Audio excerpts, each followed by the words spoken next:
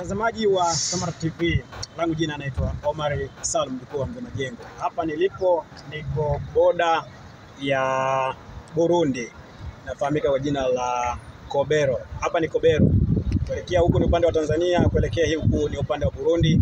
Na safari yangu imeanza Dar es Salaam nikielekea Bujumbura. Kikubwa ni kwenda kuonana na mwimbaji wa kaswida ambaye anafahamika kwa jina la Kamugisha. Wengi sana ambao mnafuatilia kaswida katika upande huu wa huku Burundi, basi huwezi kuacha kumtaja Kamugisha. Niko hapa nikianza safari muda si mrefu, kuanzia hapa boda ya Burundi kuelekea Bujumbura kwa ajili ya kwenda kuonana na Kamugisha. Mengi ambayo tutakwenda kuyazungumza kule.